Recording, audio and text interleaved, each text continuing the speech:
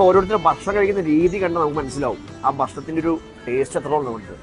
ഈ വീഡിയോ കണ്ട അന്നേ ഞാനിത് ബക്കറ്റ് ലിസ്റ്റിലേക്ക് എടുത്തിട്ടതാണ് ആ ലിങ്ക്. കാരണം ആ കഴിപ്പല്ലേ മടമടാന്നുള്ള അടിയാണ്. അപ്പം എന്തായാലും പറഞ്ഞു വന്നേക്കുന്നത്, ഞാൻ ഒടുവിൽ ഈ കട കണ്ടെത്തി ഇവിടെ എത്തിയിരിക്കുന്നു. നല്ല കപ്പ, നല്ല മുളകിട്ട മീൻകറി, കൂടെ കുറച്ച് ബീഫ് സ്റ്റൂ, അതുപോലെ തന്നെ റൊട്ടി. ഈ വീഡിയോ തന്നെ ഉണ്ടല്ലോ എന്ത് പോളിങ് ആശാൻ, ബക്കറ്റമ്മ കുഴച്ച് അടിക്കുക. അപ്പം എന്തായാലും ഈ കടല വിശേഷം നേരിട്ട് കാണിക്കാം. വാ.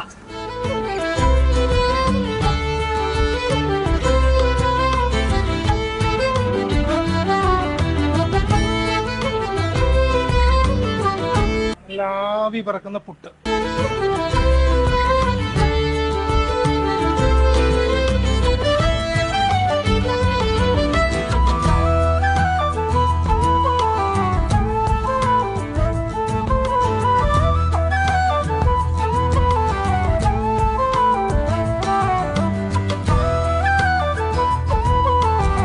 എങ്ങനെ എത്തിപ്പെട്ടു ഈ ഫുഡ് ഫീൽഡ്? ഫുഡ് പൊതുവെ ഇഷ്ടമാണ്, കണ്ടറിയാലോ. സ്വന്തമാണ്. നല്ല ഫുഡ് അന്വേഷിച്ച് നടന്ന് കഴിക്കുന്ന ഒരു കൂട്ടത്തിലാണ് ഞാനും വൈകും. അപ്പോൾ നമ്മൾ പല സ്ഥലത്തും ചെല്ലുമ്പോൾ നമുക്ക് ഇഷ്ടപ്പെടുന്ന രുചിയിലുള്ളൊരു സാധനം നമുക്ക് കിട്ടില്ല. നമ്മൾ അങ്ങനത്തെ ഒരു സംഭവം, ഞാൻ ഷെഫായിരുന്നു കുറേ കാലം. അപ്പോൾ അങ്ങനത്തെ ഒരു സംഭവം നമ്മൾ വർക്ക് ചെയ്യുന്നിടത്ത് ഉണ്ടാക്കാന്ന് വെച്ചാൽ അവർ കോസ്റ്റാണ്, അതാണ് ഇതാണെന്നൊക്കെ പറഞ്ഞ് നമുക്ക് നമ്മുടേതായൊന്നും ചെയ്യാൻ പറ്റില്ല.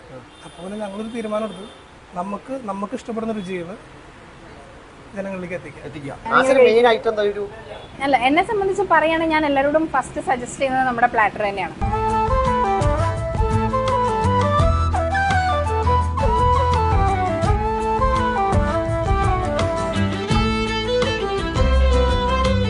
നമുക്കിവിടെ മെയിനായിട്ട് കുറച്ച് കോമ്പോസ് ആണുള്ളത്. ഒരു 7 കോമ്പോസ് ഉണ്ട്. അതിൽ ഏറ്റവും കൂടുതൽ നമുക്ക് മൂവ് ആവുന്ന ഐറ്റം ബ്രെഡ് ആൻഡ് സ്റ്റൂ ആണ്. അതിലേക്കുള്ള ബ്രെഡാണ്. പിന്നുള്ളത് ഇടിയപ്പം. പിന്നെ ചെയ്തുകൊണ്ടിരിക്കുന്നത് BDF ഉണ്ട്, അതുപോലെ ചിക്കൻ 65 ഉണ്ട്. ഞാൻ കാണിച്ചിരുന്ന ബ്രെഡിലേക്കുള്ള കോംബോയാണ്. ബ്രെഡിൻ്റെ കോംബോ ബീഫ് സ്റ്റൂ ആണ്. പിന്നെ രണ്ടാമത് ഉള്ള ഐറ്റം എന്ന് പറയുന്നത് പാൽക്കപ്പ ആൻഡ് ബീഫ് റോസ്റ്റ് ആണ്. ഇത് തേങ്ങാപ്പാൽ ചേർത്തുണ്ടാക്കുന്ന പാൽക്കപ്പ. ഇത് ബീഫ് റോസ്റ്റ് നല്ല നാടൻ സ്റ്റൈലിൽ റോസ്റ്റ് ചെയ്തെടുക്കുന്നതാണ്. ഇനി മൂന്നാമത്തെ കോംബോ എന്ന് പറയുന്നത് ഞാൻ നേരത്തെ കാണിച്ച ഇടിയപ്പത്തിൻ്റെ കൂടെ വരുന്നതാണ്. അത് ചിക്കൻ മപ്പാസ്. ഇതും തേങ്ങാപ്പാലിൽ തന്നെ ചെയ്യുന്നതാണ്.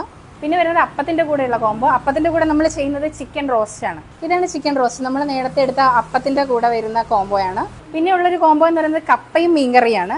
നമുക്ക് ഓരോ ടൈമിലും ഏത് മീനാണോ അവൈലബിൾ ആയിട്ടുള്ളത് ആ മീൻ വെച്ചാണ് നമ്മളിപ്പോൾ ചെയ്തുകൊണ്ടിരിക്കുന്നത്.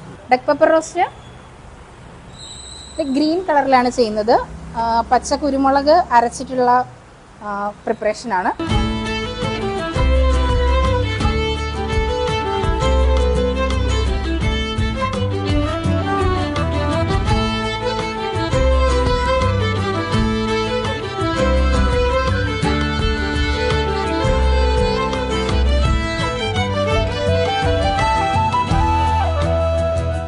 നമ്മുടെ ഇവിടെയുള്ള എല്ലാ കോമ്പോസിലും ഒരു ചെറിയ പോർഷൻസ് വെച്ചിട്ട് നമ്മളൊരു പ്ലാറ്റർ സെറ്റ് ചെയ്യുക.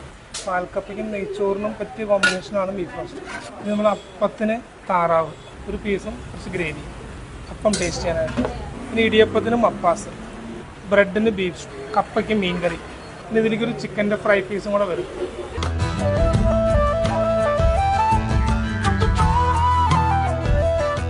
ഓക്കെ, ഇതാണ് നമ്മുടെ പ്ലേറ്റർ അല്ലേ? യെസ്. ഈ പ്ലേറ്റർ വാങ്ങിയാൽ ഒരുവിധം എല്ലാം കിട്ടും. എന്തെങ്കിലും മിസ്സിംഗ് ഉള്ള പുട്ടോ? ഇതിൽ മിസ്സിംഗ് ഉള്ളത് പുട്ട്, ചിക്കൻ റോസ്റ്റ്. ഇത് പ്ലേറ്റർ വാങ്ങിക്കഴിഞ്ഞാൽ ഇങ്ങനെ സെറ്റായി കഴിക്കുക, എല്ലാം ടേസ്റ്റ് നോക്കാം. അപ്പോൾ ചേട്ടാ എക്സാക്ട് ലൊക്കേഷൻ പറയുമ്പോൾ എടപ്പള്ളി നിന്ന് 1 കിലോമീറ്ററോ? എടപ്പള്ളി പൂക്കാട്ടുപടി റോഡിൽ, എടപ്പള്ളി നിന്ന് 1 കിലോമീറ്റർ. എടപ്പള്ളി പൂക്കാട്ടുപടി റോഡിൽ വരുമ്പോൾ ഉണിച്ചിറ സെന്റ് ജൂഡ് ചർച്ച് കഴിഞ്ഞിട്ട് ഒരു 100 മീറ്റർ ചർച്ച് കഴിയുമ്പോൾ നേരെ പഞ്ചാബ് ബാങ്ക് അല്ലേ? പഞ്ചാബ് നാഷണൽ ബാങ്കിന്റെ നേരെ ഓപ്പോസിറ്റ്. സമയം 6:30. കൊതി വന്നിട്ടൊന്നും മിണ്ടാനും വയ്യ. ഈ മമ്മൂക്ക പറഞ്ഞ കപ്പയും മീൻകറി കണ്ട അതിനെ കഴിക്കാതിരിക്കല്ലേ? അത് ചൂട് കപ്പ, നല്ല ഗംഭീര മുളകിട്ട് കറി, പുറത്ത് നല്ല മഴയും അന്തസ്.